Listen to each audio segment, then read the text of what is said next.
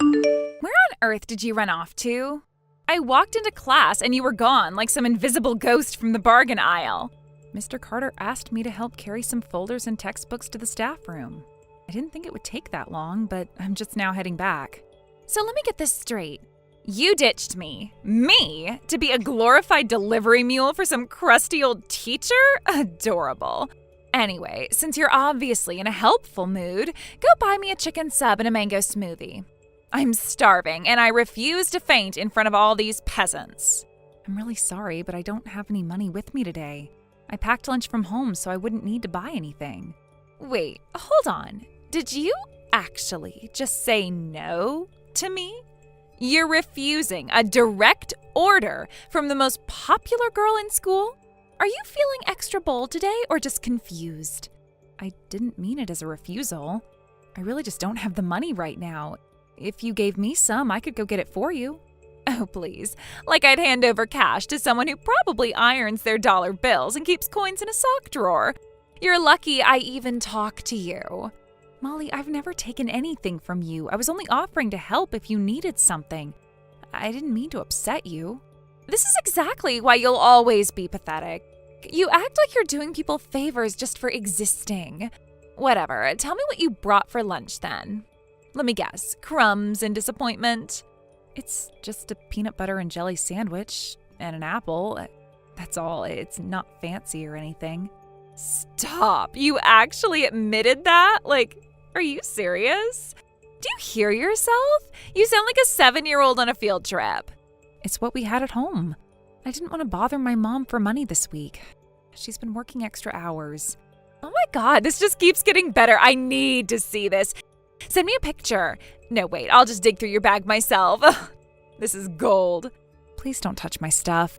It's really not something to laugh at. Too late. Guess what I found? One sad little sandwich with the crusts cut off and the smallest apple I've ever seen. I swear this lunch looks like it was packed by sadness itself. That's my lunch, Molly. I brought it because it's all I had. Please just give it back. Why would I give this back? So you can humiliate yourself by actually eating it? Trust me, I'm doing the entire room a favor by putting this slop where it belongs, in the trash. Goodbye, depression sandwich. Fare thee well, lonely apple. I can't believe you actually threw it away. That was all I had. I haven't eaten anything today. Aw, I'm so sorry. Did I offend your delicate peanut butter feelings? Maybe next time pack a meal that doesn't cry quietly when you unzip the bag. Why would you do that? Because I couldn't let you sit there and actually eat that in front of people. Have you no shame? I didn't think it was that bad. I was just hungry.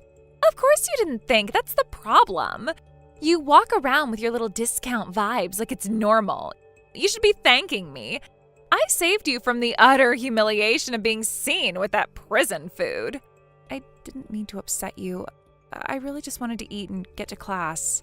Wow, that was actually painful to read. You just wanted to eat, like a stray dog begging at the back door.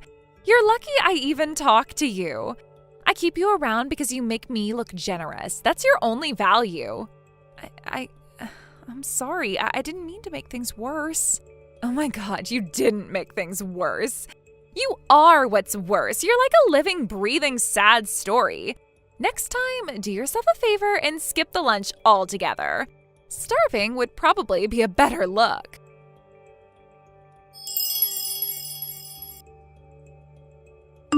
Hey, are you okay?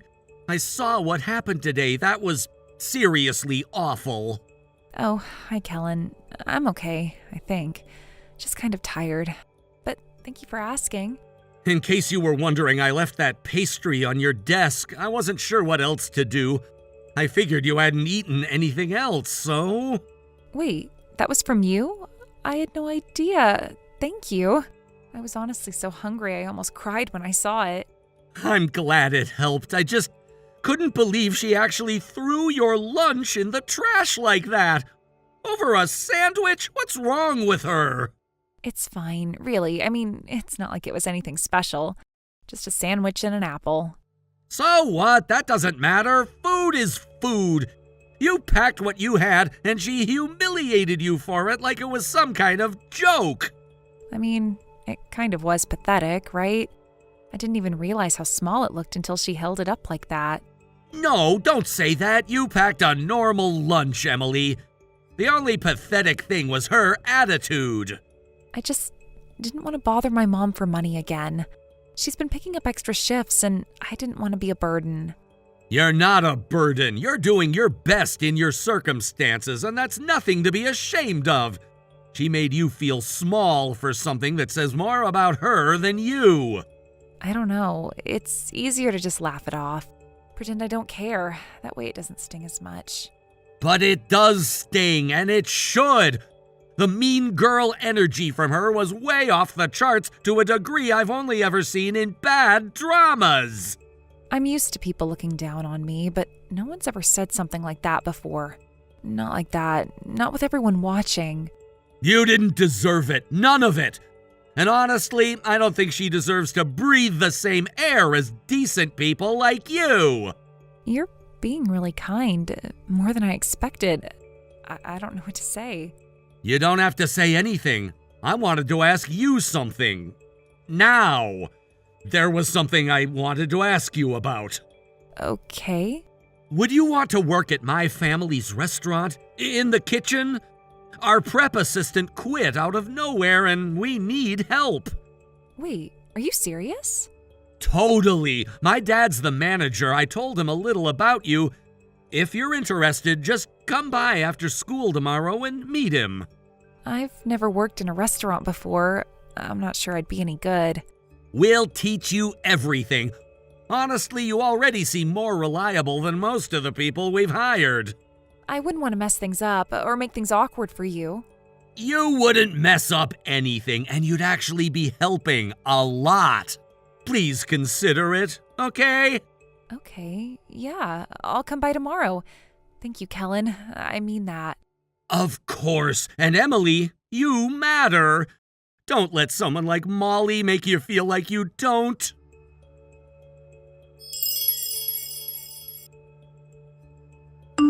So, rumor says you've got a part-time job now. Is that actually true, or is it just one of those sad fantasies you live in? It's true. I started working a few weeks ago. It doesn't interfere with school, so I thought it would be okay. Oh wow, you're working and showing up to class? I didn't think poor people had the energy for both. It's not that hard, I just go after school. And it's only for a few hours, so I still have plenty of time for homework and stuff. That's adorable. What is it, some sad little cashier gig? Or are you scrubbing toilets for minimum wage? It's a restaurant job. I work in the kitchen at Kellen's family's place. Wait, you're telling me you're working at Kellen's restaurant? The actual Kellen? The cute one? Yeah, they were looking for help and he mentioned it to me. Let me guess, you're not allowed anywhere near the customers. Just hiding in the back with the trash cans and potato peels. I do prep work and dishwashing. It's not glamorous, but I like it fine. That is hilarious! You're actually living out the poor girl kitchen fantasy. What's next, a hairnet and sad playlists? The kitchen is typically too noisy for us to be able to hear any music. But it pays well, and I'm thankful they gave me the chance. You're thankful for cleaning grease traps and peeling carrots? That's honestly so bleak I can't even laugh. I don't really mind staying out of sight. No kidding, you've always had that invisible background extra vibe. No surprise, they stuck you where no one has to look at you. I just try to stay focused and get things done. You know, wash one dish, on to the next, rinse and repeat. Literally. God, you sound like a middle-aged woman. Are you gonna start giving life advice next? Work hard and eat your feelings? Some of the teachers eat there. Actually, Mr. Carter comes in a lot. Mrs. Andrews, too. Ew, they've actually been eating food that passed through your grimy little hands? That's unfortunate. I thought they had better taste than that. I don't touch the finished plates. I just prep and clean like I told you. So, yeah, you don't need to worry about our teachers. So, basically, you're the mop. Love that for you. So classy. You've always had that damp gray energy. I'm just doing my best. It was never about any energy. Ugh, you would say that. You always say that. It's so boring I could scream. Okay, well, I'm sorry if I bored you with the conversation you initiated. Ugh, I don't know why I ever expected anything less. Note to self, never talk to poor girls working in food service.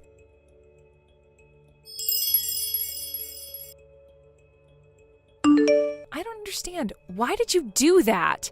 You poured food over my head in front of everyone like I wasn't even a person. Oh, stop acting so shocked. You've been walking around with those pretty little lunches like you're starring in some feel-good cooking show. Did you think no one would notice?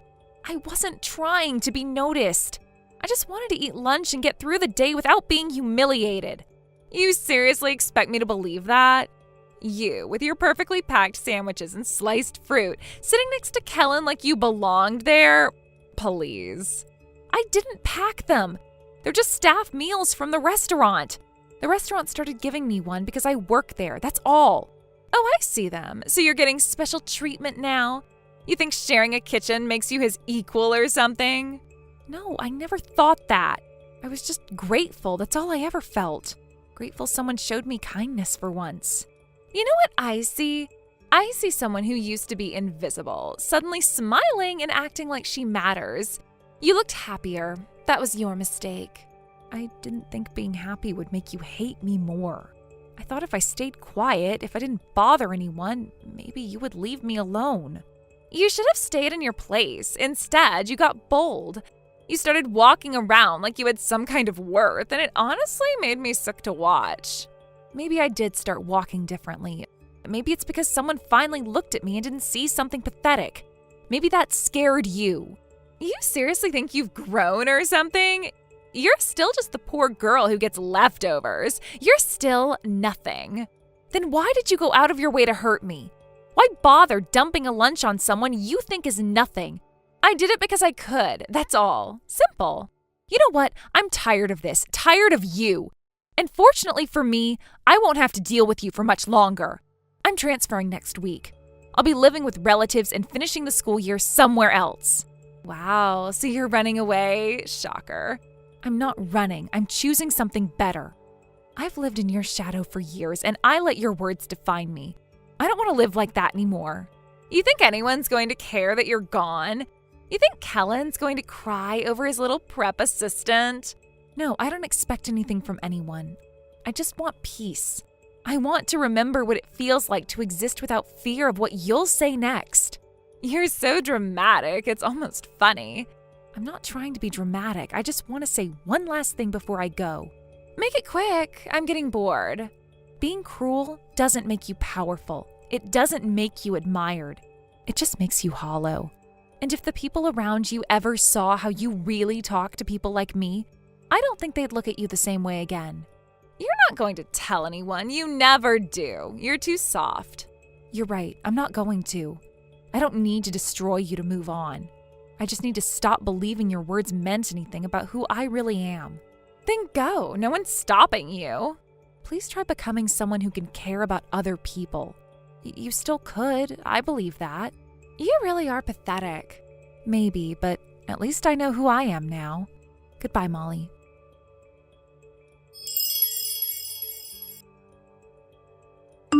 You seriously came to the reunion? I thought someone was joking when they said your name was on the list. I figured you'd have the sense to stay home and spare yourself the embarrassment. I have to say I'm impressed. It's been 8 years, Molly, but somehow you managed to stay exactly the same as when I last spoke to you. Excuse me? I look better than ever. I had a boyfriend all through college, and I've got one now, too. Some of us just don't lose our charm. You wouldn't know anything about that, though, would you? I'm still popular, in case you were wondering. Actually, I might even be more magnetic now. I walked in, and 3 different people turned their heads. Not surprised, obviously. But enough about the basics. I'm here for one thing tonight, and that's Kellen. He's still calm, still successful, and still single. The heir to a restaurant, no less. That's a catch if I've ever seen one. And with someone like me in the room, please, he doesn't stand a chance. I'm going to make him fall for me before dessert is served. Okay, that wasn't what I was going to say, but since you're so confident, I'll say this instead. You haven't grown at all, not as a person, not even a little. Wow, you really think you get to say that to me now? You disappear for years, then walk back in here acting like you're better than me? Acting like you're better than me? Where are you even hiding? Behind the buffet, lurking in the bathrooms? Just tell me so I can come over and shove some trash in your mouth like I used to. You know you missed it. I'm not hiding, and that's not something you'll be doing again. Also, I'm not poor anymore. I thought you should know that before your next joke falls flat. Wait, what are you talking about? Don't tell me you married rich. That would actually be hilarious. No, I didn't marry into anything. I own 3 cafe terraces. I opened them myself and I manage them on my own. You run cafes? So what are you, the assistant manager or something? No, I'm the owner. You expect me to believe that? I don't need you to believe it. The work speaks for itself. They're doing well.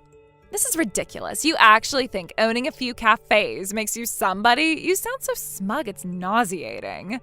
It's actually impressive how annoying your new attitude is. Maybe I should shut it down for you. I've got a tray of food right here. Want me to do what I used to and shove it in your mouth?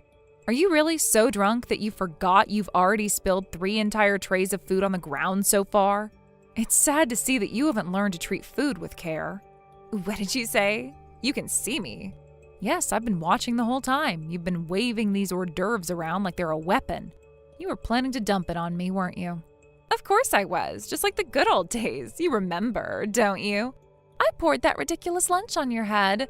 You were trying to win Kellen over with your sweet little bento act. It was pathetic. That lunch you dumped on me, it wasn't mine. Kellen made it. What are you even talking about? Back in high school, I worked part-time at his family's restaurant. As part of his training, Kellen was in charge of making staff meals. After a while, he started preparing an extra one for me. He never said much about it. He just handed it to me quietly every day.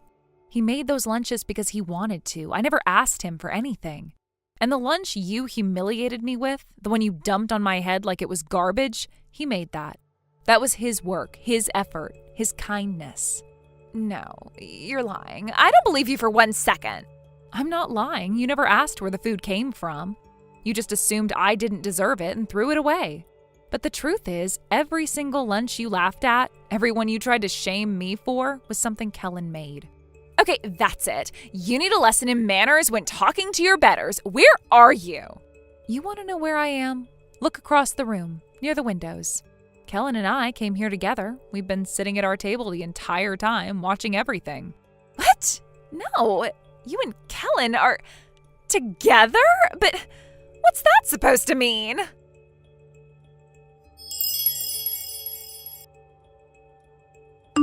That was the moment Molly finally turned around. And the first thing she saw must have been Kellen's face, his brow sharply furrowed and his eyes burning with quiet anger. His expression wasn't loud or theatrical. It was cold, controlled, and unmistakably furious. When she met his gaze, Molly's knees began to shake. The boldness she had flaunted just moments earlier vanished completely. Kellen walked up to her without hesitation. He didn't shout. He didn't cause a scene. He simply looked her in the eye and said, "I turned you down because you were and are an awful person." Simple as that. The words hit harder than any insult ever could. Molly couldn't answer. Her whole body seemed to collapse beneath her and she dropped to the floor, sobbing uncontrollably. But no one went to help her. Not a single classmate offered comfort. Not one person spoke to her. And somehow that silence said more than anything else. Several minutes later, as she lingered near the edge of the room, still recovering, she overheard something she wasn't meant to hear. She realized just from the conversation alone that Kellen and I were married. And the moment she understood it, her crying started again, louder, messier, almost childlike. She ran out of the reunion hall in tears, with no one calling her back. Thank you for watching. Please subscribe and hit the like button. See you next time.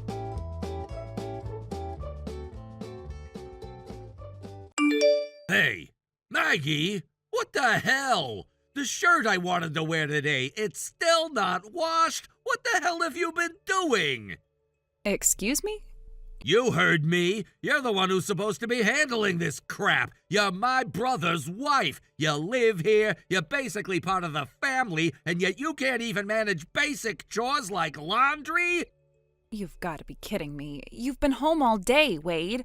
You're the one parked on the couch from sunrise to midnight. How about you haul yourself 10 steps to the washing machine and do it yourself? You're talking back to me now? Are you seriously giving me attitude as a wife? Do you even understand your place? My place? Let me be absolutely clear. I am married to Kyle, not to you. And if you think I'm going to bow and scrape to some unemployed 30-something who thinks being family makes him royalty, you've got another thing coming. Wow, unbelievable! The nerve on you, acting all high and mighty just because you married into this house. Tell me, Maggie, who do you think keeps this roof over your head? Definitely not you, that's for damn sure. What the hell did you just say? You heard me. You haven't worked in years, Wade. You mooch off your parents, steal from them, whine about not being respected, and act like you're owed something just because you exist. If anything, the only reason I'm still living under this roof is because Kyle and I help with groceries, bills, and the actual housework. You're just Kyle's wife. You don't get to mouth off like this. The wife is supposed to serve the household, support the men. That's how it works. You sound like a 1950s drama villain. Do you hear yourself right now? Wives must serve, know your place? Are you serious, or did you just time travel from the feudal era? I'm saying a proper wife should take care of the men in her home. Again, let me say it slowly this time so you might understand. I am Kyle's wife, not your live-in maid, not your caretaker, not your personal laundromat. You don't pay a single bill. You don't contribute anything. You sit around all day like a potted plant and then bark orders like you're entitled to a staff. I can't believe this. You really think you're better than me? No. I think I'm functioning like a grown adult. And I think you are desperately clinging to the fantasy that everyone around you owes you something just because you're incapable of basic responsibility. You think you're so clever with your little speeches, huh? You know what I think? I think you're terrified. You're terrified that everyone around you is moving on. Cam's gone, Kyle's building a life with me, your parents are retiring soon. And you're still here in this house, in the same tattered hoodie, playing games, pretending the world can wait until you're ready. You don't get to psychoanalyze me. Someone has to. Because clearly no one's ever held you accountable. You're like a spoiled kid who's never heard the word no. I can't believe I'm hearing this from you. You think you're some kind of saint? No, Wade. But I do know the difference between being a wife and being a doormat. And let me tell you, if you're so desperate for a woman to serve you and fold your clothes and worship your very presence, then go find someone who's actually willing to put up with you. Which, given your current trajectory, good luck with that. You better watch it, Maggie. Or what? You'll shout louder? Make threats in the house you don't even own? You act so high and mighty, but at the end of the day, you married into my family. No, Wade, I married Kyle. Not you, not your mess, not your tantrums, not your medieval expectations, and definitely not your unwashed laundry.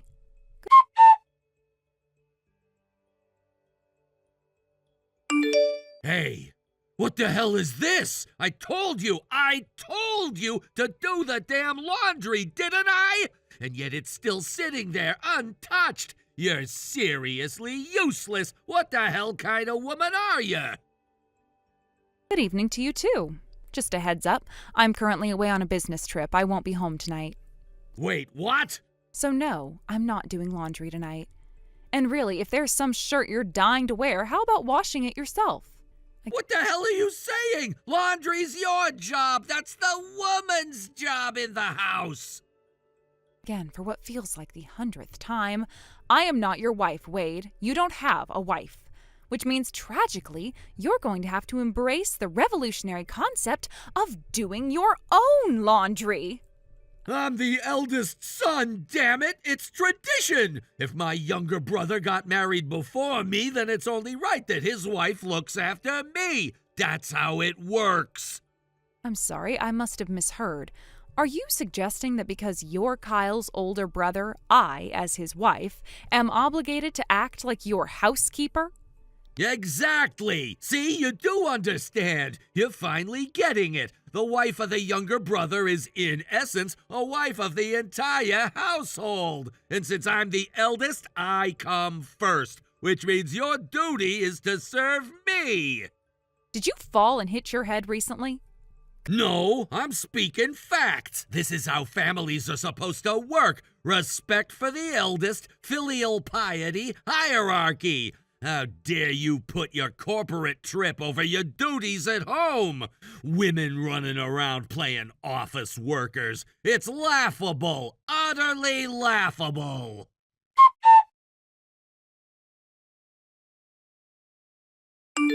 Kyle, I swear, I'm at my limit. I'm about to snap. Tell me I can snap. Please, just give me permission to go absolutely nuclear. Whoa, Maggie, what's going on? What happened? What happened? What the hell is wrong with your brother? Wait, Wade? What did he do now? We're only 4 days into living with your parents, and I am already 2 seconds from launching him out a window. Your brother is hell-bent on making me his personal servant, Kyle. His! Wait, what? Why would you be doing anything for Wade? Oh, I don't know, Kyle. Why don't you ask him why he thinks I'm now responsible for his laundry, massages, and meals like I'm some kind of mail-order wife? Hold on. Back up. What exactly did he say? Day 1, he told me to give him a shoulder massage and said, and I quote, "Put your heart into it." Day 2, he threw the dinner I cooked into the trash and barked, "It's garbage, make something edible." Day 3 and 4, he's been hounding me about his damn laundry, acting like I'm personally offending his existence by not washing his favorite anime shirts. And just this morning, he warned me if he doesn't have something clean to wear tomorrow, he'll sentence me to 100 lashes. What the hell? He actually said that? Oh, and he's taken to calling me his maid, and he's just barking my name like a command. I'm not a person to him. I'm a default maid because I married you. Okay. Yeah, this is bad. This is really bad. You think? I mean, I had some idea he might act a little old-fashioned, but this is insane. Why is he like this? You tell me. It's that old toxic streak coming back. He wasn't always like this, I swear. But a few years ago, he worked under this manager, some ancient fossil of a guy who treated his wife like she was property, total misogynist.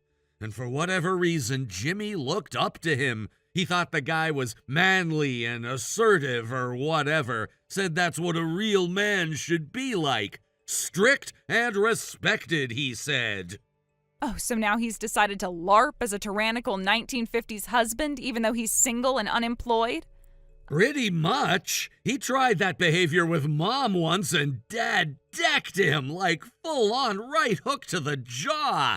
Ever since, he's kept it subtle. But now that you're here, I guess he thinks he's found someone he can push around. Oh, he absolutely thinks that. And he waits until your parents are out of earshot or sends me creepy messages like I'm contractually obligated to serve his ego. It's so calculated, it's infuriating. God, I'm so sorry, Maggie. I had no idea he'd act like this. Your parents have been great, by the way. They're respectful, they give me space. The problem is entirely Wade. That sounds about right. I wish I hadn't had to leave for that trip right after we moved in. I should have been there to keep an eye on things. You had to go. It was a last-minute thing. You had no choice. But seriously, Kyle, can I please blow up at him tomorrow? Wait, what? You're coming home tomorrow? I thought your business trip lasted until the day after tomorrow. I'm flying in early.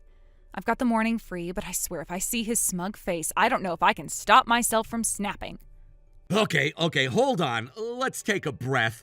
How about this? Tomorrow, don't come home right away. Check into a hotel or something nearby just for the night. Give me until the day after tomorrow. I'll be back by then. I'll deal with him personally. You sure? Absolutely. I'll sit him down and make it very clear he's not in some feudal drama where you're his assigned concubine or whatever twisted fantasy he's playing out. I'll draw a line so thick he can't even pretend not to see it. Sounds good. Anyway, I've got an early morning, so I'm gonna shower and get some sleep. Yeah, of course. Sleep well, and again, I'm really sorry you had to deal with all this. I promise I'll fix it.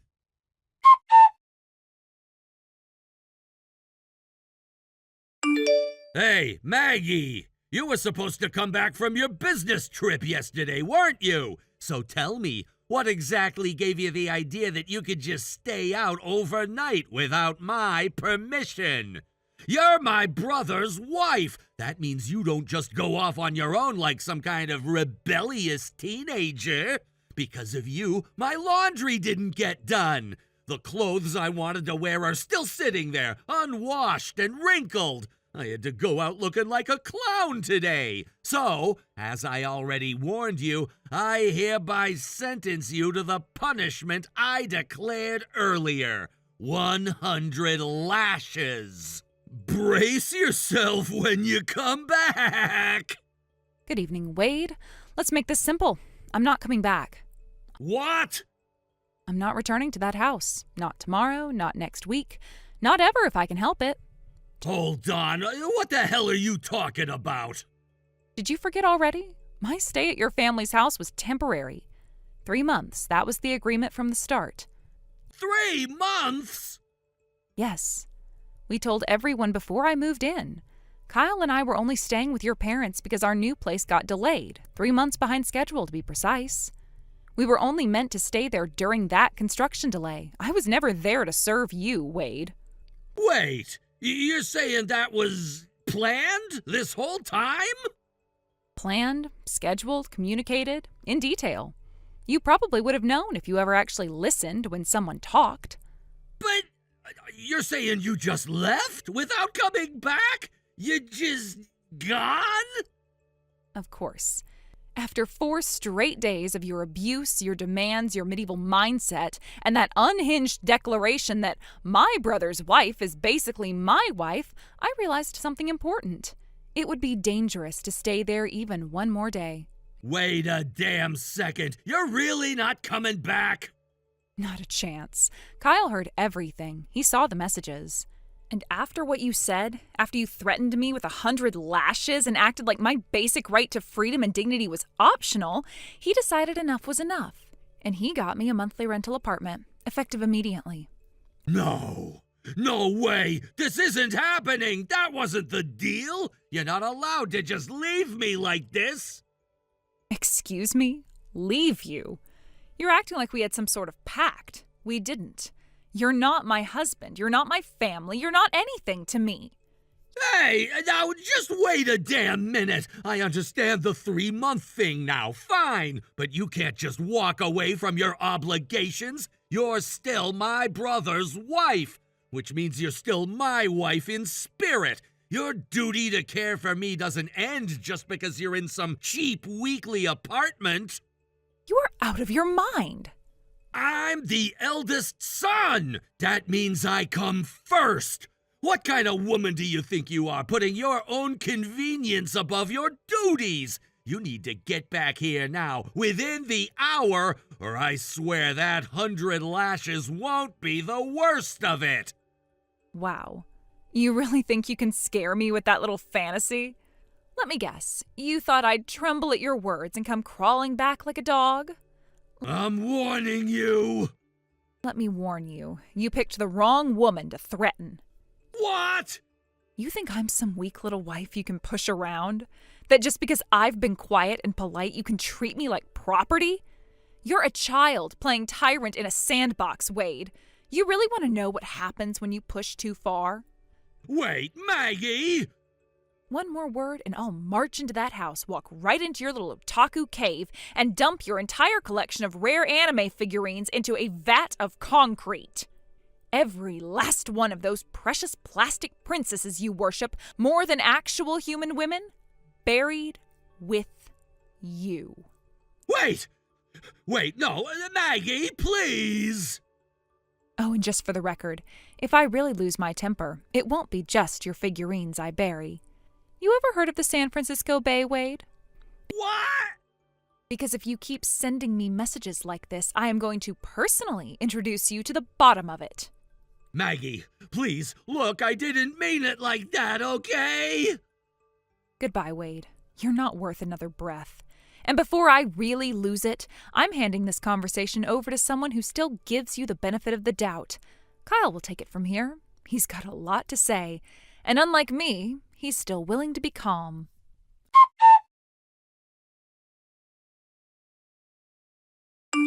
Kyle! What the hell, man? What's up with your wife? What's up with her? Oh, you mean how you pushed her to the brink and she finally snapped? I thought she was just some boring career woman, plain and harmless, but she's terrifying, like legitimately terrifying. Yeah, funny how people turn out when you stop judging them by appearances, huh? No, seriously, what the hell is wrong with that woman? She just flipped. 1 second I was texting her, the next she was threatening to bury me in concrete with my entire figure collection. She used to be a boxer. What? A professional boxer, women's division. She competed in the junior circuit when she was younger. Had kind of a rough adolescence, family trouble, trust issues, the works. But boxing gave her structure, focus. She got into it deep, trained hard, and by 18 she was already in the national spotlight. Wait, you're saying she used to fight people? Like in a ring? Yup, until she retired 3 years ago. Now she's in a regular office job working in logistics, but don't mistake calm for tame. That fire never really leaves a fighter, Wade, especially not when someone pokes the beast with a stick. That woman could have killed me! You're lucky she didn't see you in person. She was this close to erupting yesterday. She came back from her trip ready to throw your laundry off a cliff. I had to beg her to calm down. Ended up booking her a business hotel just to keep her from turning our living room into a UFC octagon. So she really was that pissed? You mocked her career, you threw her cooking in the trash, you treated her like a maid, and then you threatened her. She was pissed. But I didn't think she'd actually... You've got to stop thinking everyone will just take it. She did for 4 days. 4 days of biting her tongue. But everyone's got a limit, and you blew past hers. Man, if she'd come at me, I wouldn't have stood a chance. Not a single one, and I wouldn't have stopped her either. Because honestly, you earned it. Okay, I get it. I'll keep my distance. I won't go near her again, ever. Good, that's wise. So she's gone for good, right? You guys are moving into your new place soon? Funny you bring that up. Yeah, we're moving soon, but the house we're building, it's a 2-family home. Wait, what? Yeah, it was designed that way from the start. One side for us, one for our parents. You were supposed to move in with them, remember? Nope. I'm good. I'm great where I am. Tell Mom and Dad I said hey, but I'm gonna, graciously decline that part of the plan. Oh, don't worry, that ship has sailed. Maggie already found an alternative for you. What? Her former boxing coach runs a gym downtown. He's looking for someone to do janitorial work, help with equipment, maybe man the front desk sometimes. Wait, what? It's a live-in position, too. You'll have a place to sleep, food provided, and no rent. You want me to work at a boxing gym? Better than being a shut-in, right? But I don't know anything about boxing. You'll learn, or they'll teach you. And who knows, maybe a little discipline will do you good. Wait, no, is this punishment? Think of it as rehabilitation. You need it badly. I I can't believe this! Oh, and your ride's on the way. Maggie made the arrangements. She said something about a former heavyweight showing up to escort you. You've got to be kidding me! Nope, better pack light. They don't allow anime figures in the dorm. What?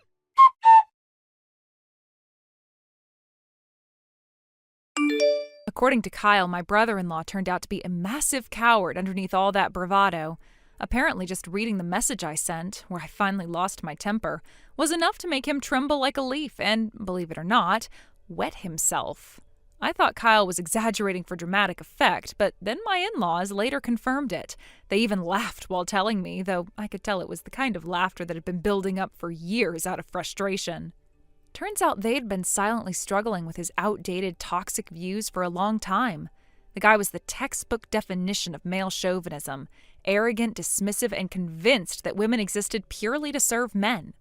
But when they found out about what he said to me, his own brother's wife, mind you, declaring in front of witnesses that I was his wife now, like I was some piece of property he could just claim, that was the last straw. Without any hesitation, my father-in-law, who's usually the picture of calm, administered what Kyle now calls the iron fist of justice. No more talk, just action. My brother-in-law didn't even get the chance to defend himself. And now, he's been shipped off to one of my old mentors. Not for school, but for reform. My mentor runs a martial arts gym that's as intense as it is disciplined.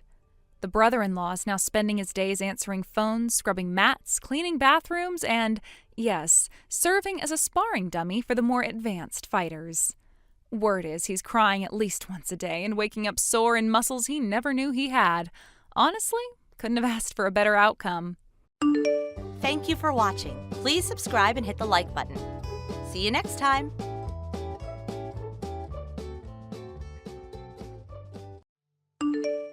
Ava, thank you so much for having me over today. It was nice seeing your new place. Good evening, Olivia. I honestly never imagined that in the first meeting with my brother's girlfriend, I would be showing off my new house, and to top it off, you'd be here too. I thought it was just going to be a casual thing, but look at this. Well, I'm glad I came. I was actually looking forward to meeting Nathan's sister, too. You know, the whole first-time meeting thing. It happens to everyone, right?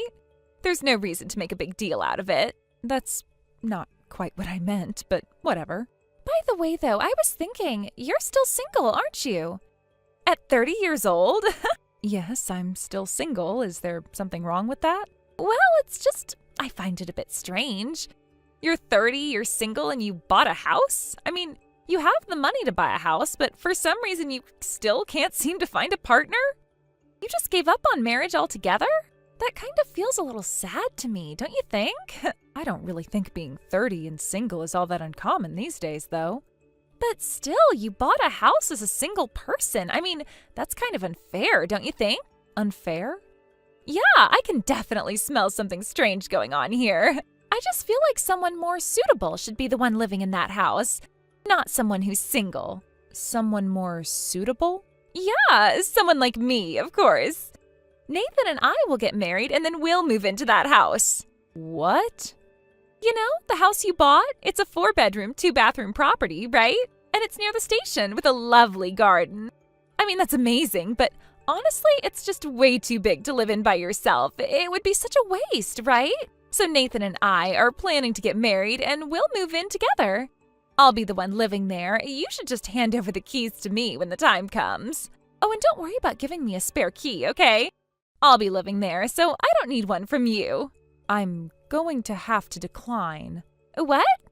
Honestly, I didn't want to bring this up because it's so sudden, but the truth is, yes, I'm single, but I do have a fiancé. I won't be living there alone. Wait, what?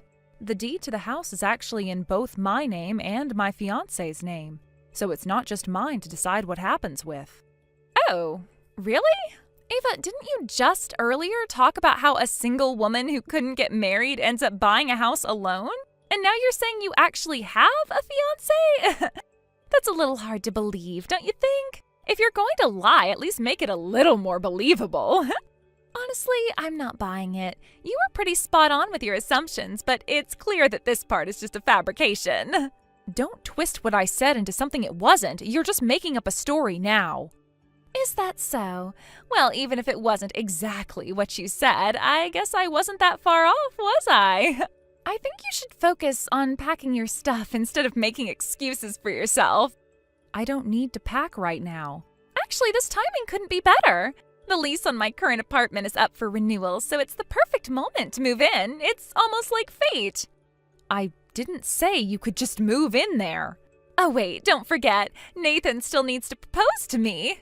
This conversation is completely going off track.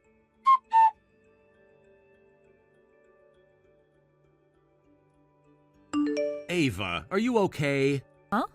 Oh, Martin, is there something wrong? You seemed a little down today. You've been on such a high lately, ever since you bought the house you always dreamed of. It's been nothing but good vibes from you, and you were even bouncing off the walls for the past few days. But today, from the moment you arrived at work, you looked a little off. Even while you were working, you had this gloomy expression on your face. It was really noticeable.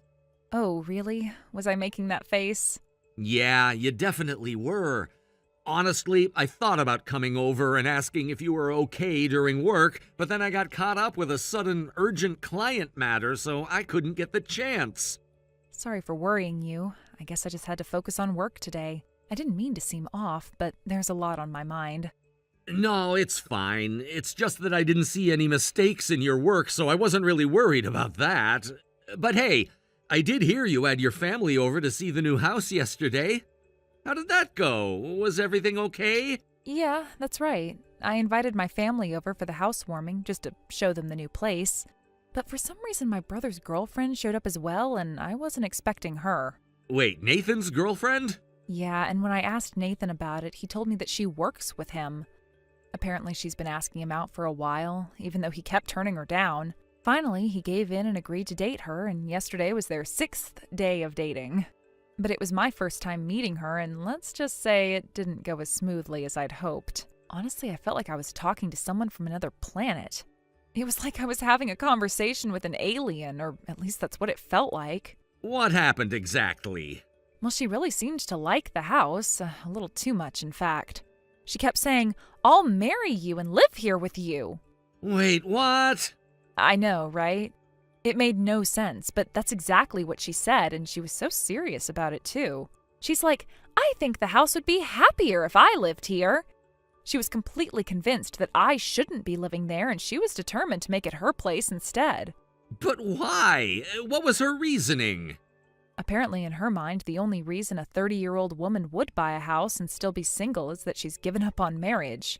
She said that women in her situation, like me, are the ones who buy houses alone because they've accepted that they'll never get married. She said things like, "The house would be better off with me in it." Even when I tried to tell her I was engaged, she wouldn't believe me.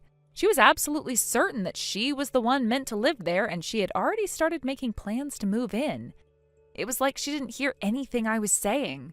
I hadn't even given her a key, but I was seriously worried that she'd just show up and try to move in without any permission or anything. And Nathan? What'd he say? Well, that's the problem. Nathan was sick at the time, and he was bedridden, so I didn't get the chance to talk to him about it. He had no idea what was going on. I couldn't even really explain it to him properly because he was too out of it. I see. That's rough.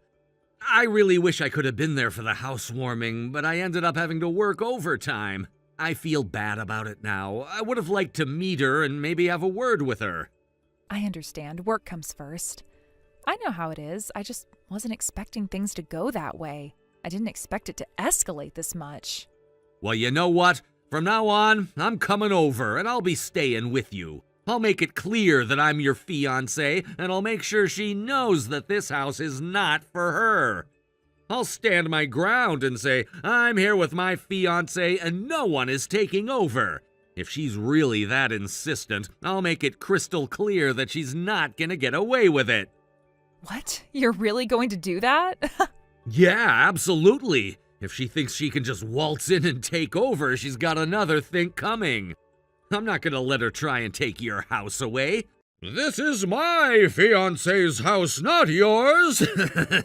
Well, jokes aside, though, I do think it might be helpful if I show up and make it clear I'm the actual fiancé. I'm gonna move in next month, and maybe that'll convince her to back off.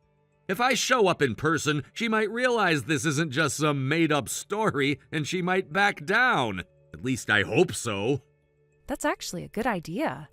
You're right, it might make a difference if you show up in person. She might back down once she realizes it's not some fake relationship.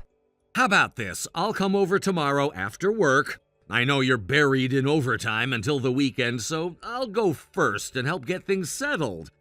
How does that sound? I'll go ahead and take care of things until you can catch up. That would be a huge help. If you don't mind, could you go ahead? I'd really appreciate it. Got it. Consider it done. I'll be over there to make sure everything is okay.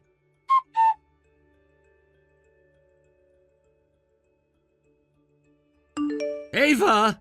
She's here! What? She's already moved in! What? How did she get in without the keys? I didn't have time to ask how she did it, but when I showed up, she tried to run off. I caught her, and honestly, I didn't know what else to do, so I ended up calling the police. I had to hand her over to them. Oh my God, I didn't expect it to escalate this much. Yeah, I didn't want it to get that far, but she was being so persistent.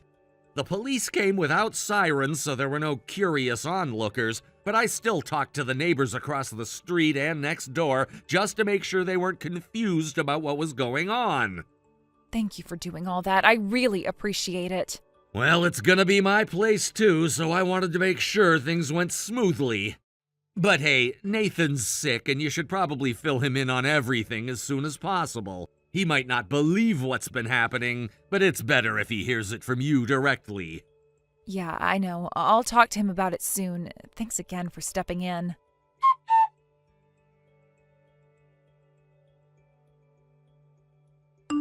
That was awful. What was that? I was just watching TV in my new house when this tough-looking old guy barged in and yelled, "Gola!" at me. And then they called the police. I ended up being dragged away in a police car. It was seriously the worst. You're the one who was trespassing, so what are you even saying? Don't forget that your parents had to beg and apologize so that you wouldn't be charged, okay? What the? I just thought I was the one most deserving to live in that new house, that's all. And that's exactly what you can't do. I heard you were sent back to your parents' house in the countryside after that. I tried to get Nathan to come help, but he refused. What was I supposed to do? By the way, who is that tough guy? He said his name was Martin? Martin is my fiancé, actually. What? He's also a senior at my workplace. That day, I had to stay late, so I gave him the key and asked him to go ahead and head home. It turns out, he showed up at the house and found you there, having just barged in. Wait, you're really engaged? For real?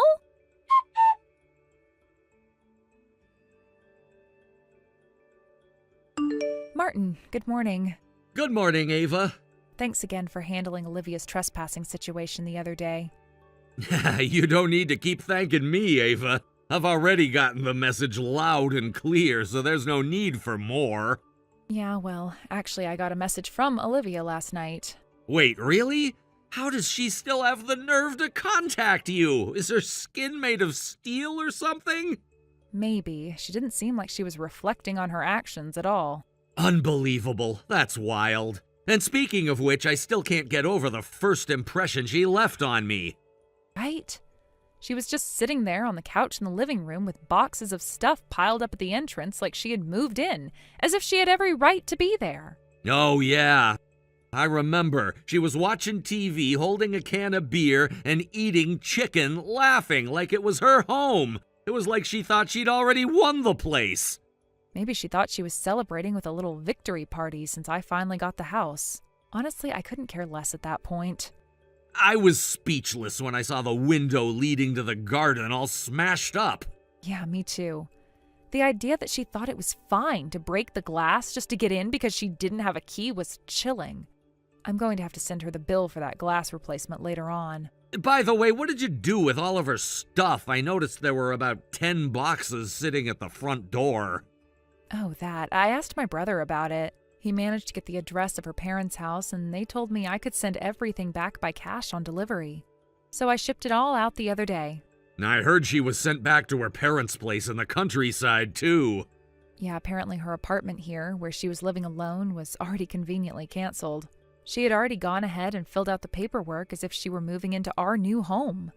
So it looks like she had no choice but to go back to her family house. I guess she tried to turn to Nathan for support, but he turned her down too, huh? Exactly. It seems like she thought she could rely on him, but he wasn't having any of it either. She's got nothing left to hold on to now.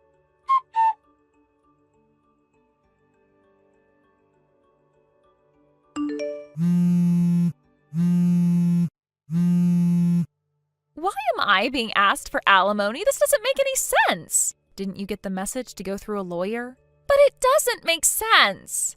The message about how you completely misunderstood and bashed me? What's that about? Huh? You spread lies about me on social media. You posted, "My boyfriend's sister is so desperate because she can't get married, so she bought a house instead. What a joke. LOL." You see, Nathan and I are twins. We've been in the same school from kindergarten through high school, so a lot of our local friends overlap.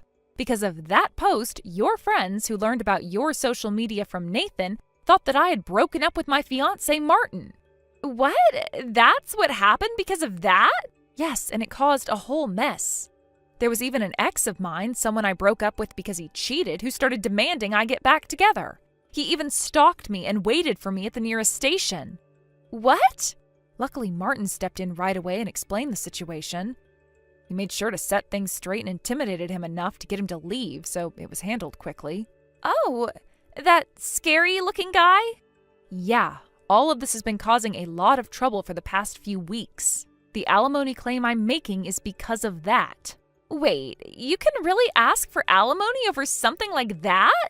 You'd be surprised. It's clear you still haven't learned from this. But I could also file a criminal report if you want. Wait, no, please, I'll pay the alimony and I'll reflect on it. Then stop contacting me. It's extremely annoying. Oh, why is this happening?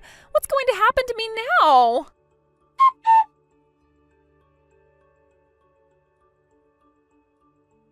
I was told by people around me that I should file a police report, but in the end, it was decided that I wouldn't do so.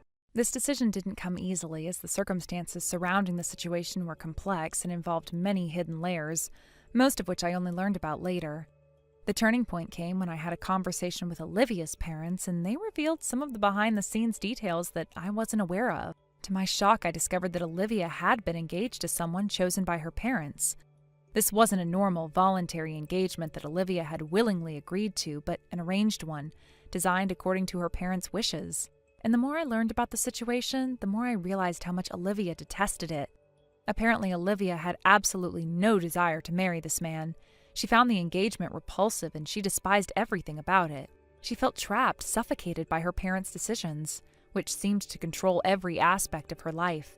Unable to bear the thought of being stuck in an arranged marriage she didn't want, Olivia decided to take drastic action. She left home and came to the city, almost as if running away, seeking some form of freedom from the pressure she'd been living under.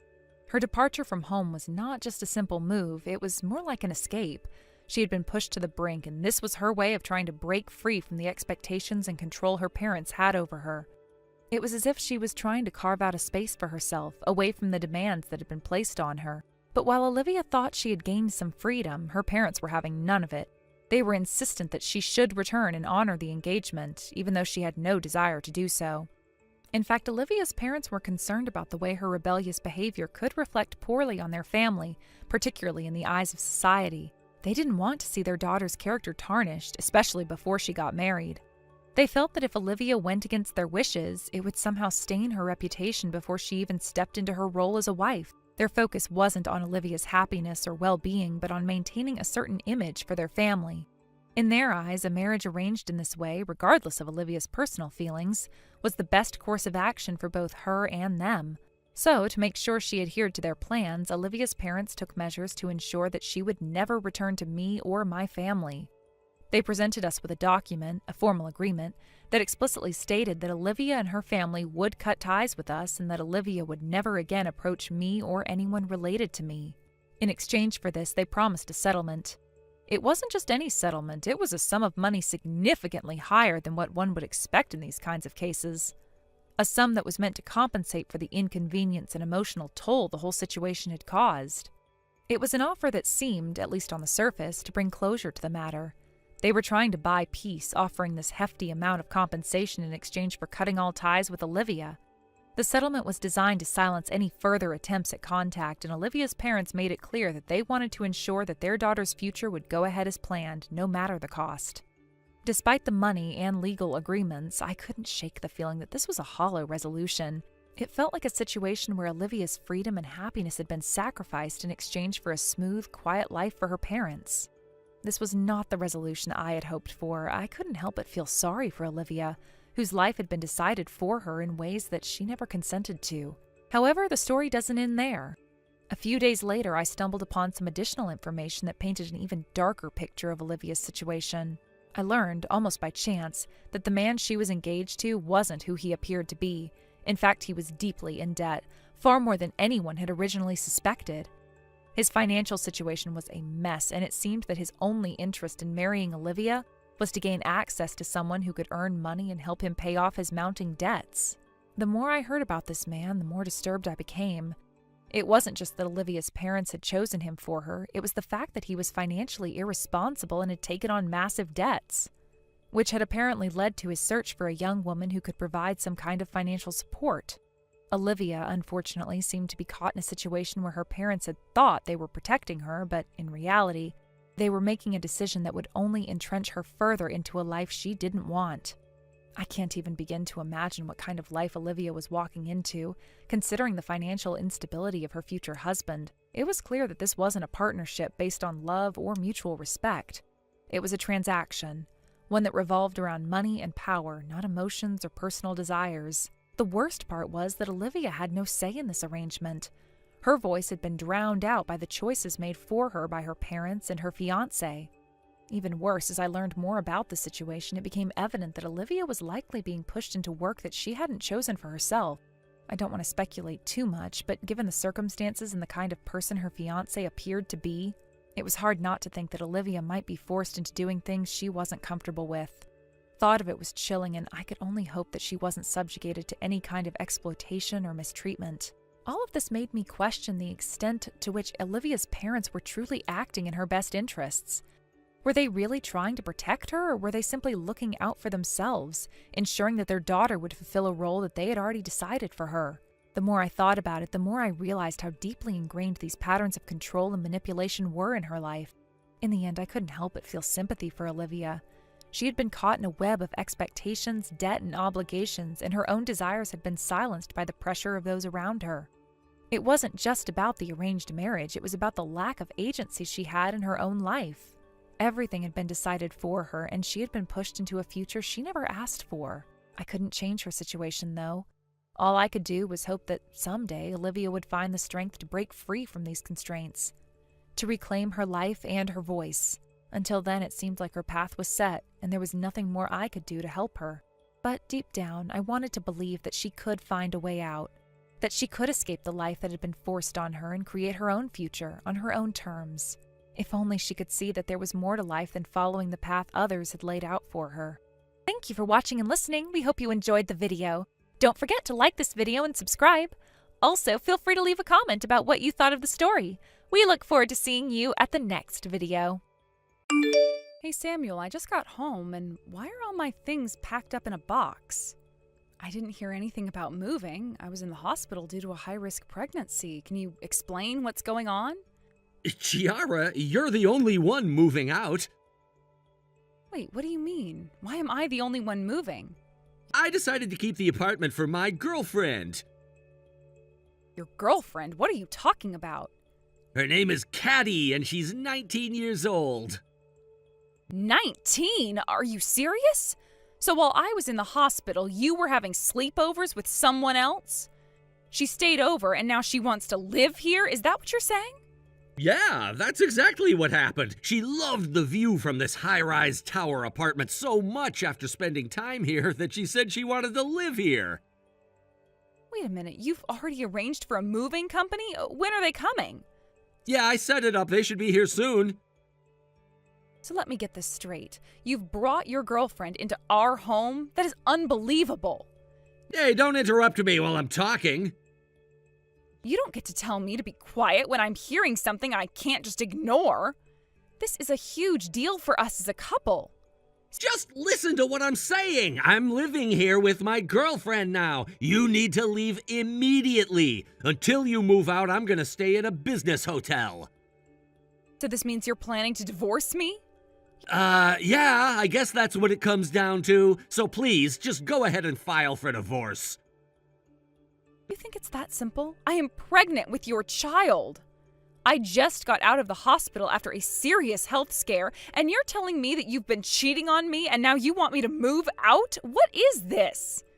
That's not like I wanted to hurt you, but I'd rather live with Caddy than with you. So just hurry up and get out. If you don't leave, Caddy won't be able to move in. You see me as just a problem to be solved? You think I'm just in the way of your happiness? Yes, that's right. You're just an obstacle standing in the way of our love. All right. I see how it is. The obstacle will be out of your way then. Wait, you're actually agreeing to this? What do you think I'm supposed to do? You want me to stick around while you're making plans for your new life with someone else? About the divorce papers, what are you gonna do? From the sounds of it, you haven't even prepared them. Is that right? Oh, well, just write your name on them and leave them in the mailbox. I'll fill out my part and submit them to the office. I also need to pick up the marriage certificate with Caddy. I see. Sounds like you've thought all this through. The movers are here, I guess? Oh, yeah, that's right. I should let Caddy know right away. Just so you know, I'm not going to be the one who's left without consequences.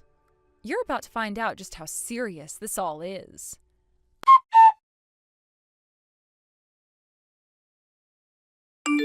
Caddy! Starting tomorrow, my wife is officially moving out so we can finally live together in the tower apartment. Oh, really? Oh, that's amazing! I made sure to clear out my wife's room completely so it's all ready for you. Thank you so much. I asked for that room and you made it happen so quickly. You want me to help you with your packing? No, that's okay. I'm in the final stages of getting everything sorted. Actually, I might have already canceled my lease on my current apartment, so I'm fully committed to moving. Wow, that's really fast. I just can't wait to move into your tower apartment. Oh, Caddy, you really care about me that much? Of course, I'm really looking forward to it. I'll show up bright and early tomorrow morning to surprise you. Sounds great. I guess that means I should take a day off work so I could be there to welcome you. Wow, you're really going to take a day off just for me? Oh, that's so sweet. Once I arrive, we can have some fun in that amazing room with the stunning view. I can't wait to cuddle up with you there. Absolutely. I can't wait to see you. I'm really excited about you moving in and all the time we'll get to spend together. I've been dreaming about this day. The thought of living together, waking up next to you every morning, it's just so perfect. And I promise to make sure you have everything you need to feel at home. I want you to love living here as much as I do. I'm sure I will. Just being with you makes me feel so happy. I can already picture us decorating the place together, filling it with our memories. Exactly. We can create our own little world.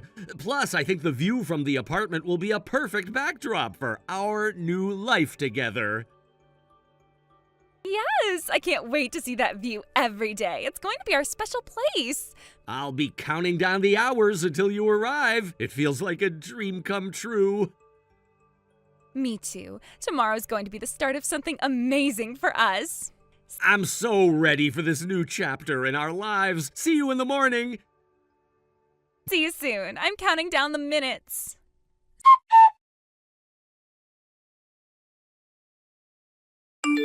You know, living with the person you love and being able to be affectionate all the time is just the best. I've been using up all my remaining paid leave from work just to spend time with Caddy and enjoy being together. Samuel, you've been off work for 2 whole weeks now. Well, I properly requested the time off, so what's the big deal? I suppose that's true, but I was just about to reach out to you. Oh, what's up? Have you submitted the divorce papers I sent you? The ones you were supposed to file with the office? Wait, what? You remember the letter I included with the divorce papers? It said, "Please let me know once you've submitted them to the office." Oh, right, I forgot about that. What do you mean, you haven't submitted them yet? I got so caught up in being affectionate with Caddy that I completely lost track of it. What kind of ridiculous excuse is that? Seriously.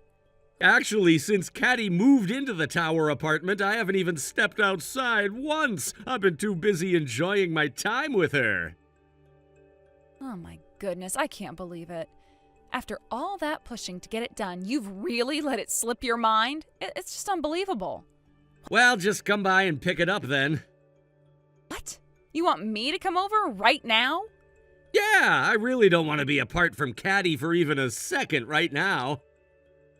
You know, I just got out of the hospital after being in for a high-risk pregnancy, right? You can't just expect me to handle all this. I'm already overwhelmed with the stress from your cheating and the divorce. Now you want me to deal with moving on top of that? Please, don't add any more stress to my plate. What's the matter? Are you not going to come get it? Because if you don't, you won't be able to get divorced. Are you okay with that?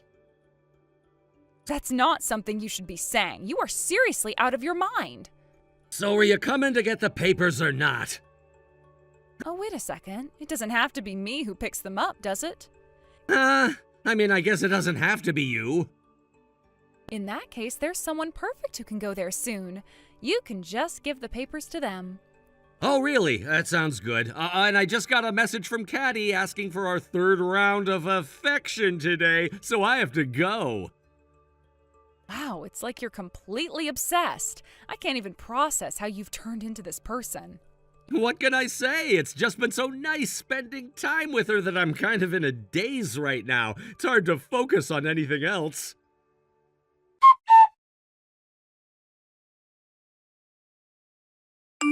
Hey, Chiara, what's this about alimony and child support? You're seriously asking for alimony from Caddy, too?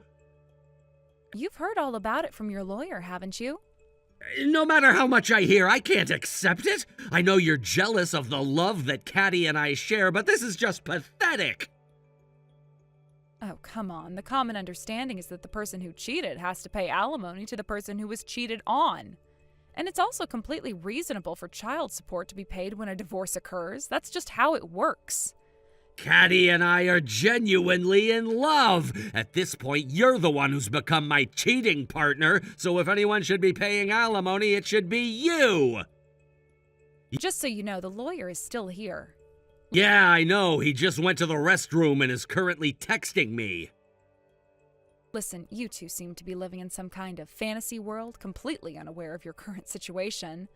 I've actually asked the lawyer to explain everything to you in detail until you finally understand. What? You're eager to marry your beloved Katie, right? Then you need to settle your responsibilities properly for betraying me. Get this sorted out cleanly and quickly. But I never thought it would cost this much to get a divorce. It's ridiculous that you're whining about something that is completely normal when getting divorced. What do you mean by that? I'm saying you need to take responsibility for your actions without making a fuss. It's really not that hard to understand. All I want is to marry Caddy. You need to accept the reality that you're trying to throw away something that is much more significant than just me. What do you mean? What you're trying to throw away isn't just me. You're also trying to abandon our child who is about to be born. That's the lowest thing a father can do, and you should never forget that. I didn't mean to. You need to face the truth. Being a father means taking responsibility for your actions, even if it's hard. You're choosing to prioritize your relationship with Katie over your own child and me. That's an awful decision. But I thought we could figure something out. Figuring something out means facing the consequences of your actions. You can't just run away from your responsibilities because you've found someone new. It doesn't work that way. It's just so complicated. Life is complicated, but that doesn't excuse abandoning your responsibilities. I want you to think deeply about what you're doing. Once you're a parent, your priorities change. You need to understand the weight of your decisions. I know, but... No buts. Just think about what it means to be a father and to be a decent human being. Your actions have consequences, and it's time to face them.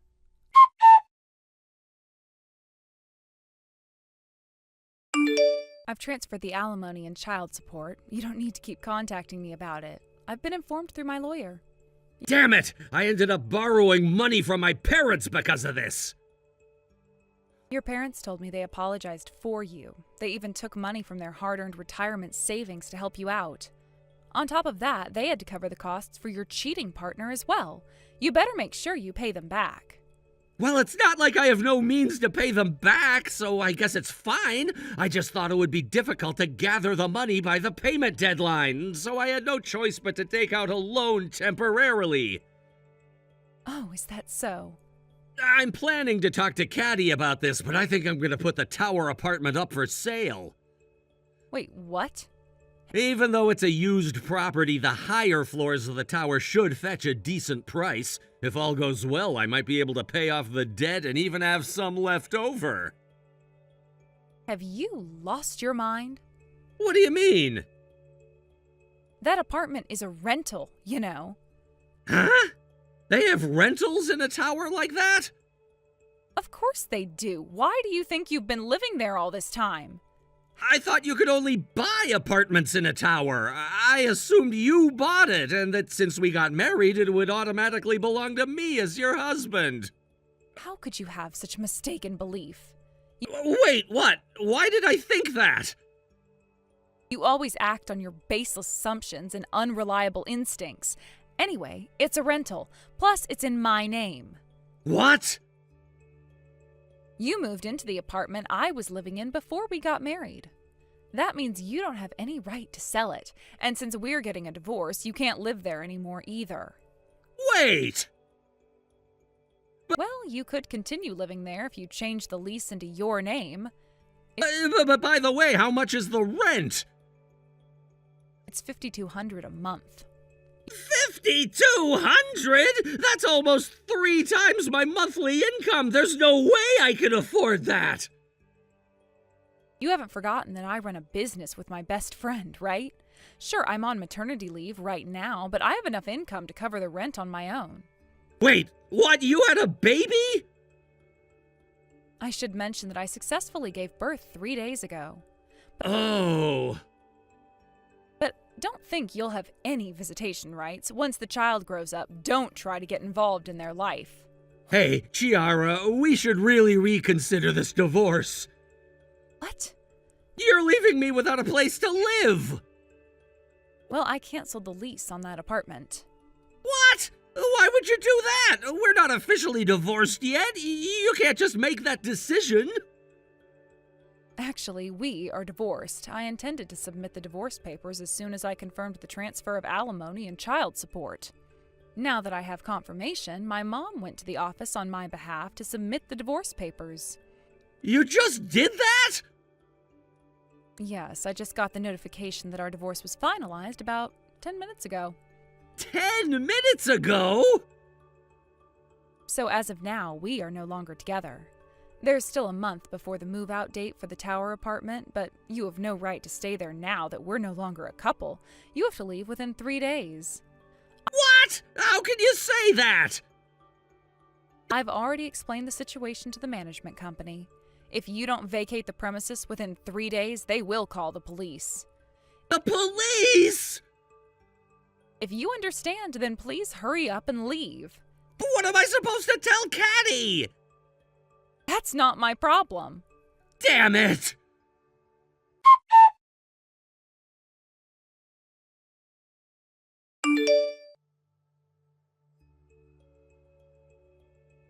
Caddy, I can't believe you're just gone when I woke up this morning. That note about breaking up was just a joke, right? Shut up, you old man! Wait, what? I was so excited to finally be living in the tower apartment, but then I find out it's actually in your ex-wife's name. And on top of that, your income is only a third of hers because you're just a temp. How can you not even know that as her husband? Your head is way too empty. Addie, you sound like a completely different person. This is just who I am, after all. You're broke, and you have no place to live, and you don't have enough brains to deal with anything, you loser. I've got nothing to gain from a middle-aged guy who's got absolutely nothing going for him. Just for a brief moment, you should feel grateful that you had any relationship with a young and cute 19-year-old like me. Anyway, see you. You're not getting away from me. There's no way I'm letting you escape.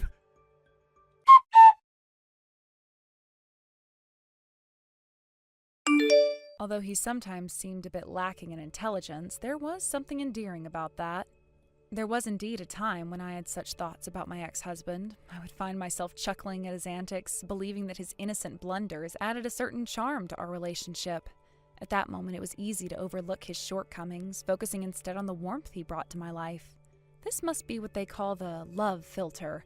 It's terrifying to realize how love can distort our perceptions, blinding us to the flaws that ultimately become unbearable. Speaking of terrifying, the aftermath of our relationship unfolded like a nightmare. Just as it is often said that the end of financial support leads to the end of relationships, Samuel was unceremoniously dumped by Katie when the money ran out. It was a classic case of when the well runs dry, so does the love. However, what transpired next was beyond anyone's imagination. Simultaneously with his departure from their luxury apartment, he managed to morph into a stalker. The verbal abuse he unleashed during their breakup was so severe that, ironically, it seemed to ignite a twisted passion in his heart for Katie. It was as if those hateful words fueled his obsession rather than scaring him off. The cruelty of their parting left scars on both of them, but for Samuel, it seemed to morph into an unhealthy fixation on what he had lost. No matter how hard Katie tried to escape from him, Samuel would somehow appear out of nowhere like a ghost from her past. Sometimes he would look at her with a resentful gaze filled with an unspoken bitterness and anger. Other times he would show up with a creepy, overly cheerful grin that sent chills down her spine. His demeanor almost unsettlingly enthusiastic in the midst of his desperation.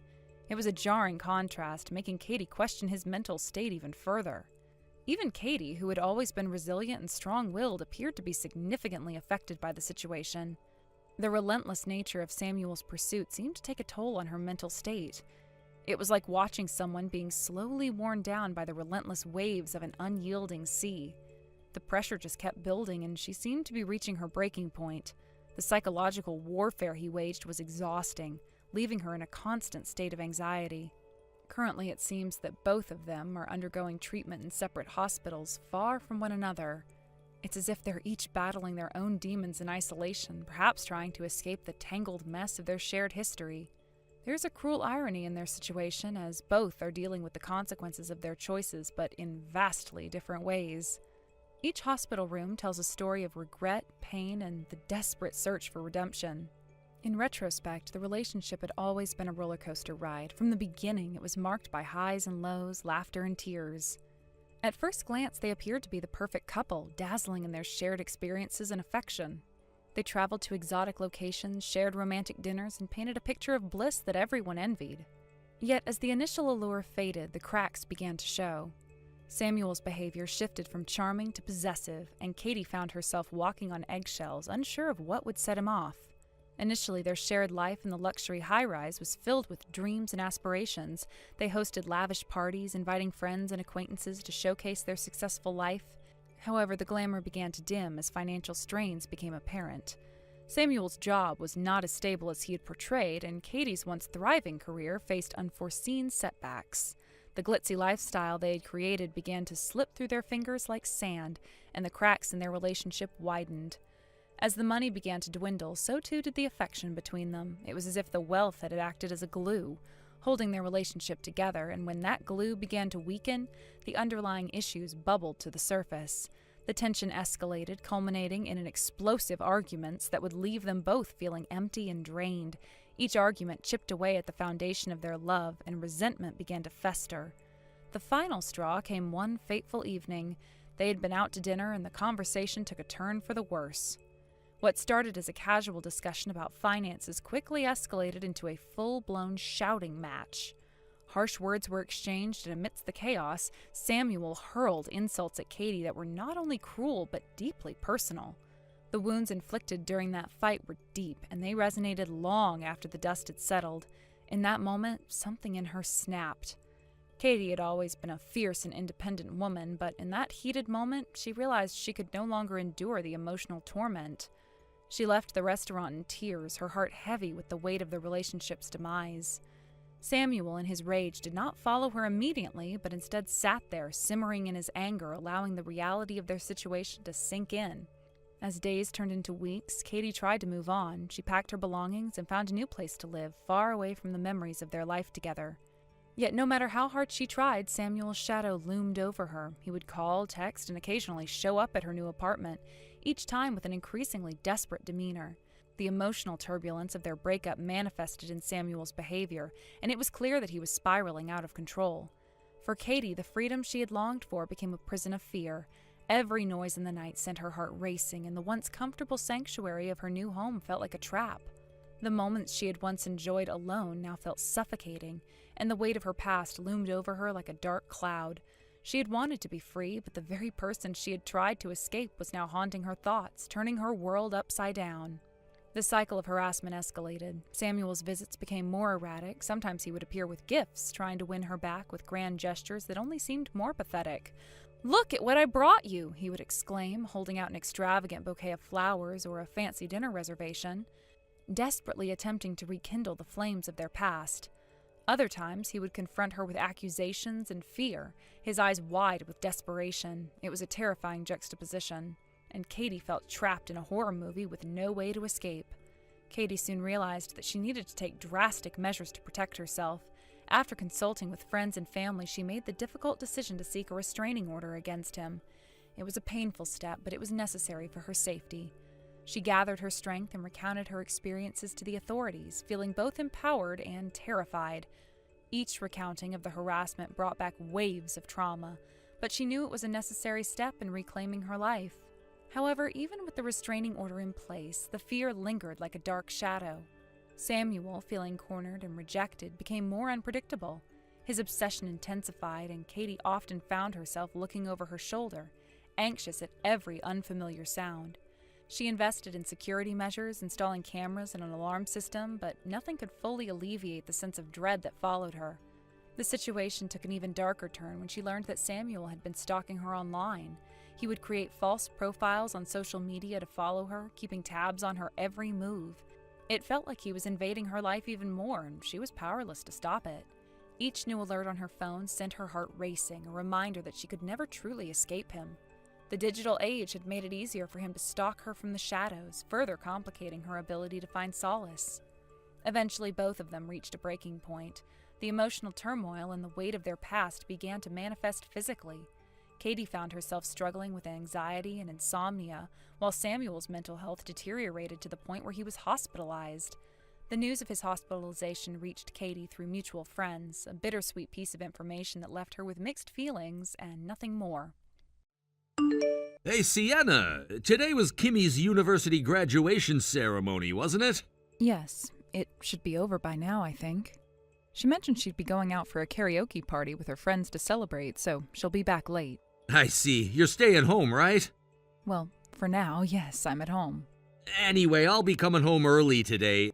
There's something important I need to talk to you about, so make sure you're there. What is this all about?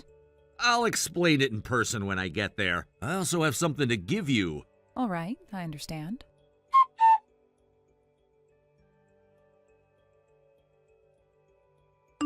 Mom, sorry for the late update. The graduation ceremony went smoothly, and I just arrived at a karaoke place with my university friends. Good job, Kimmy. What time do you think you'll be back? Let's see. We booked the karaoke for a 2-hour session, but we might extend it, so I'd say it'll definitely be after 9 p.m. Do you need me to pick you up? Are you sure you know the way back? No worries. A friend who knows our situation is heading in the same direction, so we decided to share a taxi. As long as I give the driver the address, it'll be fine. Besides, you're busy tonight, aren't you? I can handle myself, so don't worry about me and focus on your stuff. All right, I got it, thanks. By the way, how's everything going on your end? Well, you know, your dad called and said he has something to discuss when he gets back. I mean, I have a good idea of what it's about, but it's just such a hassle. Oh, yeah, I get that. But hey, maybe it's a good thing. Saves you the trouble in a way, right? True, I'll try to look at it positively. Anyway, take care on your way home. Will do.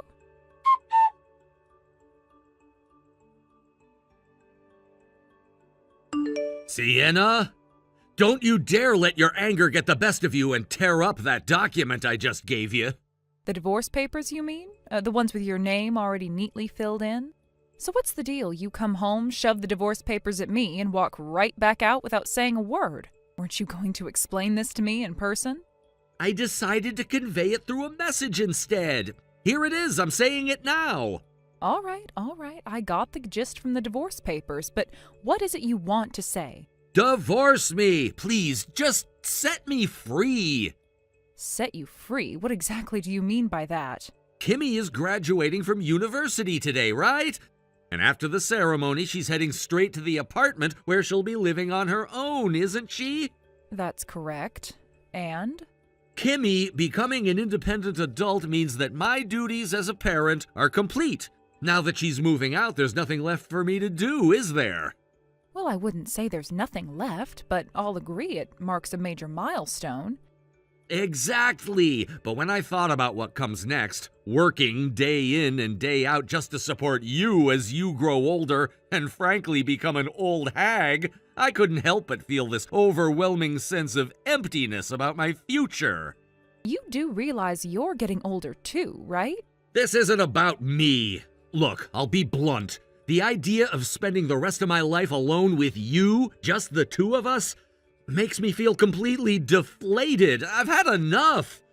I want to be free. I want to be released from all these obligations as a parent and a husband. In other words, Kimmy is moving out, so you can stop being a mother too. Just disappear from my life already.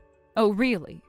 Well, whether or not I stop being a mother is my decision to make, not yours. That's exactly the kind of thing I'm talking about. I'm telling you, I've lost all interest in you. I don't care about an old hag who's completely useless to me. Oh, I see. This must be about that cute young coworker you mentioned at your job. Well, feel free to get all excited about her, but let me tell you, it's definitely a delusion. You're just making a fool of yourself, and you should consider both her feelings and your age before getting carried away. I'm not saying I'm planning to do anything with her. Really? Just divorce me already and get out! All right. Honestly, I've been thinking about divorcing you for a long time now because of these exact behaviors of yours. Wait, what?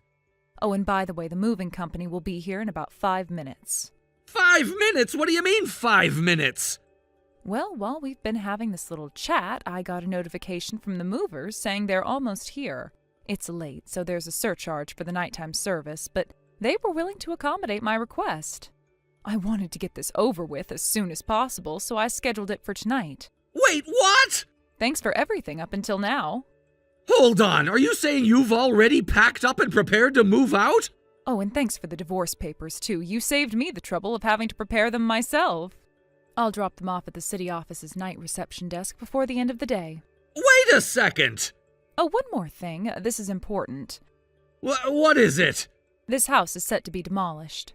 What? What are you talking about? You didn't even consult me about this? How can the owner decide something like that without my approval? Excuse me, what are you even saying? The landlord is my brother, remember? Wait, what?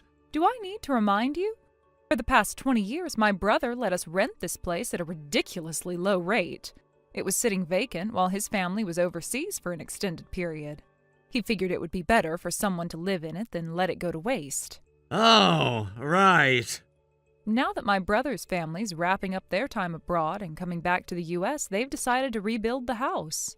It's old and in poor condition, so it's time to tear it down. The rental agreement ends at the end of next month. What the hell? Anyway, the movers are here now. Bye. Wait, what's going on? What am I supposed to do now?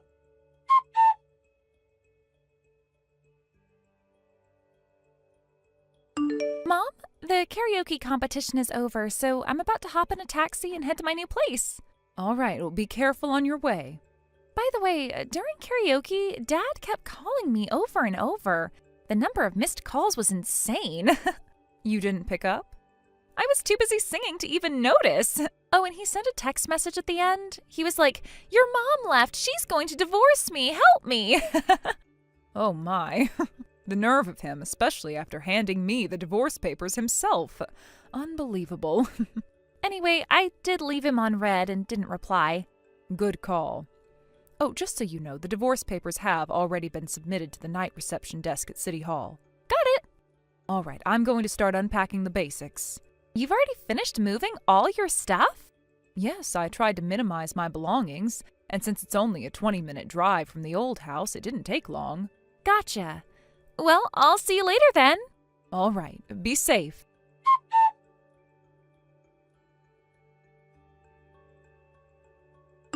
Hey, Sienna, why haven't you come over yet? Oh, it's been 2 months. What do you want? I gave you my new address, didn't I? Oh, that. You mean the random address you sent me about a month ago? Honestly, I wasn't sure what you were trying to achieve with that. So what exactly was the point? Why haven't you come to do the housework? Excuse me? Housework? Who's doing whose housework here? Who else? You're supposed to do my housework, of course. Housework is a woman's job. My mom's in a nursing home, so there's no one else but you to handle it. Are you even listening to yourself right now? Unbelievable. You really don't get it, do you? We were married for 23 years. Even though I had to constantly criticize you for your incompetence, you still managed somehow. And now, just because we're divorced, you've suddenly forgotten everything? I'll retrain you if I have to. Starting tomorrow, I expect you here every day. Wow. Are you feeling okay, like mentally? What? Asking your ex-wife, an entirely unrelated person now, to come do housework for your home? Do you hear how ridiculous that sounds? What are you talking about? And retrain me? Oh, that's one of the most disrespectful things I've ever heard. Let me remind you, when we were married, despite us both working full-time jobs, you dumped all the housework and childcare on me while you sat back and criticized everything I did. You were the textbook definition of all talk, no action. And you think you were in any position to critique me? Who are you calling useless? I told you before, housework is a woman's job. Well, even if that's your twisted belief, you don't go asking a stranger to do your housework, do you? But you're not a stranger. You were my wife. Was your wife, past tense. Now I'm your ex-wife, which makes me just another person in the world. If a stranger is going to do housework for you, it's usually because they're a professional housekeeper or part of a cleaning service. That's literally their job. And let me make this crystal clear. I am neither your housekeeper nor your servant. I have no obligation or intention to do anything for you. Fine. If that's the way it's gonna be, I'll just ask Kimmy instead. As her father, I'll tell her it's part of her training to be a proper wife someday. She'll jump at the opportunity, thinking it's a good life lesson. Yeah, good luck with that. I wouldn't get my hopes up if I were you.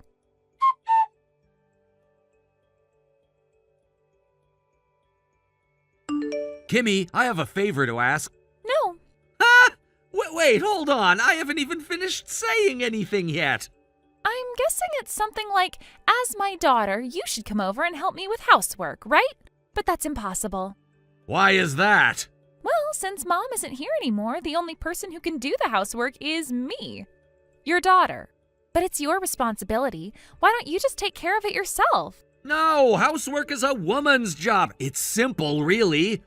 Wait, what? What do you mean by that? Are you really saying that housework is only for women? Listen, one day you'll get married, and when you do, you don't want your husband to think you can't even handle basic housework, right? That's why you need to learn it now. It's your responsibility, and you should take it seriously. I already know how to do it just fine. You don't have to tell me what to do. Oh, really? If that's the case, then starting tomorrow, I expect you to come over and handle the housework. That shouldn't be a problem, right? I'm saying no. Do you even remember that I'm an adult now and have my own life to take care of? It's not that big of a deal. You could just swing by after work, do a bit of cleaning, prepare a meal for me. The apartment I'm living in now is just one bedroom and the dining room and kitchen, so it's smaller and easier to clean.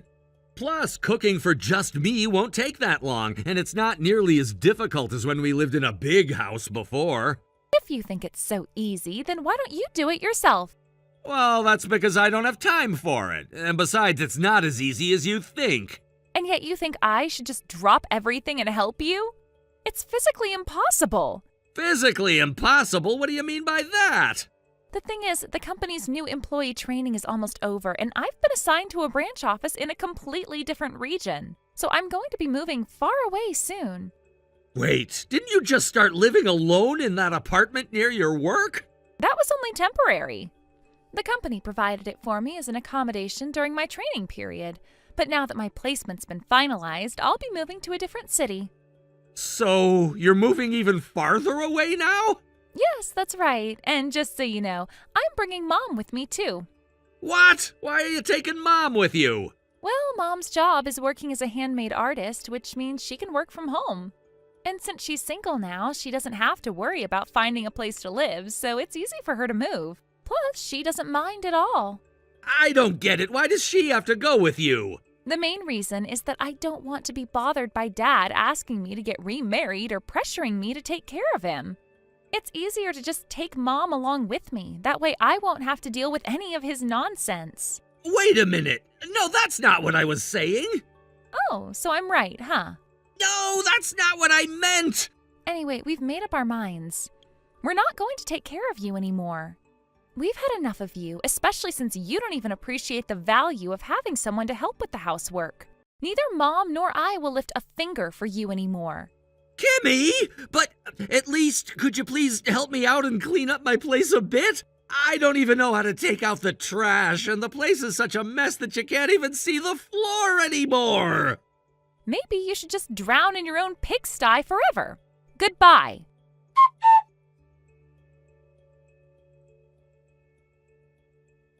It seems that my ex-husband's deeply ingrained belief that housework is a woman's job hasn't changed at all, even after our divorce. From what I've heard from a colleague of my ex-husband, someone I personally know well, it seems he's become quite unbearable. Apparently he's developed an odor that's hard to ignore. Whether it's because he hasn't been doing his laundry or if it's just his natural body odor due to aging, the result is the same. When you get too close to him, the stench is overwhelming. He apparently smells terrible, and it's gotten so bad that even his coworkers have started to notice. But that's not even the worst of it. It seems that he approached a young and beautiful female employee at his office with an inappropriate proposal. He tried to get her to become his housekeeper, thinking that she would take on the household responsibilities he was too lazy to manage. He persistently tried to pursue her, and this situation escalated into a huge issue at the company. The story that was shared with me went something like this. When his supervisor addressed the issue, my ex-husband's response was to blame his inability to keep his house in order on the fact that there was no one to do the laundry and no one to take out the trash. His supervisor, a man himself, was apparently taken aback by my ex-husband's comments. He looked at him with a stunned expression and said, "Why don't you do it yourself?" This reaction seemed to leave my ex-husband dumbfounded. He couldn't comprehend why anyone would think he was capable of doing these things himself. But the truth is, he never had to do them while we were married because he always expected me to take care of everything. As the situation at his job continued to unravel, it became apparent that my ex-husband's inability to adapt and learn how to take care of himself was becoming a serious problem, both at work and in his personal life. He had a long history of neglecting his responsibilities, and now this same neglect was affecting his professional reputation. His behavior, combined with a series of repeated mistakes, led to him being demoted and having his salary reduced. Word has started to spread that my ex-husband is now facing a recommendation for retirement, or, at the very least, a forced resignation. I have no idea how true those rumors are, but if they are, I can't say I'm too surprised. This is a man who has never truly grown up or taken responsibility for his actions. Instead of taking the initiative to learn new skills or adapt to his circumstances, he's always preferred to live in a fantasy where women, like myself, would just take care of everything for him. His inability to change or even to acknowledge that he has to take responsibility for his own life has led him to this point. I can't help but think that this is the outcome he deserves, though part of me is also slightly amused by how he's handling it. He seems so completely unaware of the reality of his situation. For someone who always wanted to appear as if he had everything under control, it's rather amusing to see him fail in such spectacular fashion.